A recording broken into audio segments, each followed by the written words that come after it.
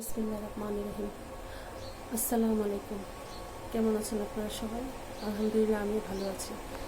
আজকে আপনাদের মধ্যে আমি নিয়ে আসছি আলুর ভাপা, নতুন একটা রেসিপি। এর জন্য লাগবে মিষ্টি আলু। আমি লালটা নিয়েছি, চাইলে আপনি সাদাটাও নিতে পারেন।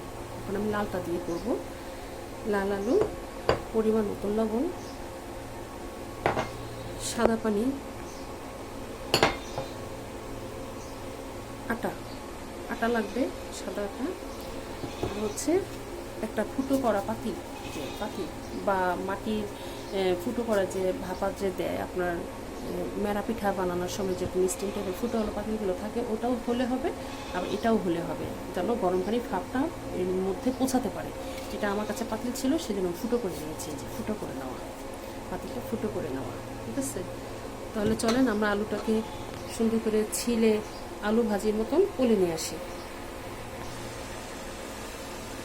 এই যে আমাদের আলু ছিলা হয়ে গিয়েছে। আপনারা এরকম আলু ভাজির মতো করে নিতে পারেন, একটু ভারী করেও করতে পারেন, কেউ পাতলা করেও করতে পারেন। আমি এভাবে করে নিয়েছি। বেশ কিছু উপকরণ লাগবে না, সামান্য উপকরণ, আটা, লবণ আর হচ্ছে আলু। হ্যাঁ, এখানে আমি পরিমাণ মতন আটা দিব। আলুর সাথে আটা মিক্স করব, পরিমাণ মতন করে দিতে হবে, একবারে দেওয়া যাবে না, অল্প অল্প করে দিতে হবে। বিসমিল্লাহির রহমানির রহিম। বিসমিল্লাহির রহমানির রহিম।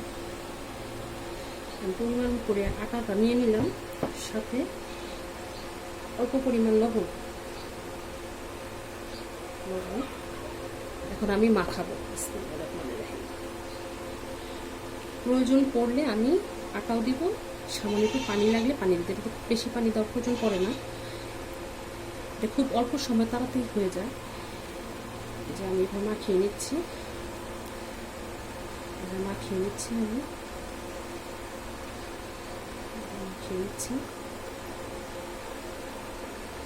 সামান্য পরিমাণ পানি লাগবে, সামান্য পরিমাণ।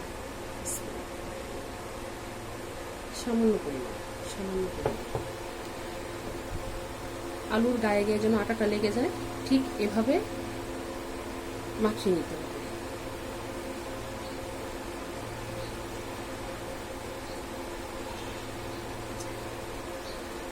মাখানো হয়ে গিয়েছে। এখন আমরা ভাপ দিব, এটার মধ্যে রেখে, একটা পাতিলের উপরে রেখে পানি দিয়ে এটার মধ্যে দিয়ে তারপর আমরা এটাকে ভাপ দিব। 10 থেকে 15 মিনিট সময় লাগবে, বেশি সময় লাগে না। আলুটা সিদ্ধ হয়ে গেলে হয়ে যাবে। এখন চলুন আমরা রান্নার প্রসেসে চলে যাই। বিসমিল্লাহির রহমানির রহিম। এই যে পানি দিয়ে দিলাম, আমার আগে থেকে পানি গরম করা ছিল, ফুটানো পানি। তো এরকম পরিমাণে পানি দিবেন, এমন একটা পাতিল থাকবে, তার উপরে এই পাতিলটা দিয়ে দিতে হবে। দেওয়ার পরে আমি এই যে মাখানো যে আলুগুলো আছে সেগুলো দিয়ে দিতে হবে। আমি এটাতে এখন দিয়ে দিচ্ছি। বিসমিল্লাহির রহমানির রহিম।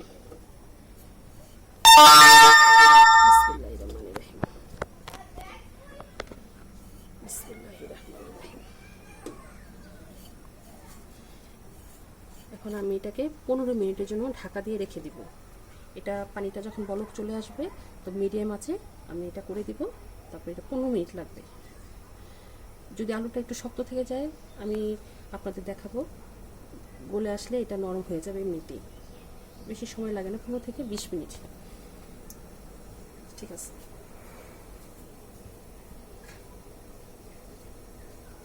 ঢেকে দিলাম। এখন আমরা অপেক্ষা করবো 15 মিনিট। 15 মিনিট পর ফিরে আসছি। আমরা চলে আসলাম 15 মিনিট পর। দেখি কি অবস্থা। মাশাআল্লাহ করে কমপ্লিট হয়ে গিয়েছে আমাদের রান্না। মাশাআল্লাহ করে মাঝখানে আমি একবার খুলে দেখেছিলাম যে সিদ্ধ হয়েছে কিনা। আলহামদুলিল্লাহ সিদ্ধ হয়ে গিয়েছে। দেখুন, দেখাচ্ছি, এই যে দেখেন সিদ্ধ হয়ে গিয়েছে। আপনারা চাইলে একটু চিনি দিয়েও এটাকে মাখিয়ে নিতে পারেন। মিষ্টি হলে তো এমনিতেই মিষ্টি, তো এই জন্য আমি শুধু আটা দিয়ে করেছি। এখন পরিবেশনের পালা। তৈরি হয়ে গেল আমাদের মিষ্টি আলুর ভাপা। এটা আপনার বিকেলে চায় নাস্তার সাথে আপনারা রাখতে পারেন। মাশাআল্লাহ করে অনেক মজা হয়েছে, আমি চেক করেছি, আলহামদুলিল্লাহ খুবই ভালো হয়েছে। আপনারা একবার হলো বাসায় ট্রাই করে দেখবেন, আলহামদুলিল্লাহ ভালোই হবে ইনশাল্লাহ। আমার চেয়েতেও ভালো হবে আশা করি ইনশাল্লাহ। তো আমার জন্য সবাই দোয়া করবেন যেন আমি প্রতিটা দিন আপনাদের জন্য নতুন কিছু করে যেন দেখাতে পারি। আপনারা যে যেখানে আছেন ভালো থাকেন, সুস্থ থাকেন। আমার জন্য সবাই দোয়া করবেন, বেশি বেশি করে লাইক শেয়ার করে দিবেন। আল্লাহ হাফিজ।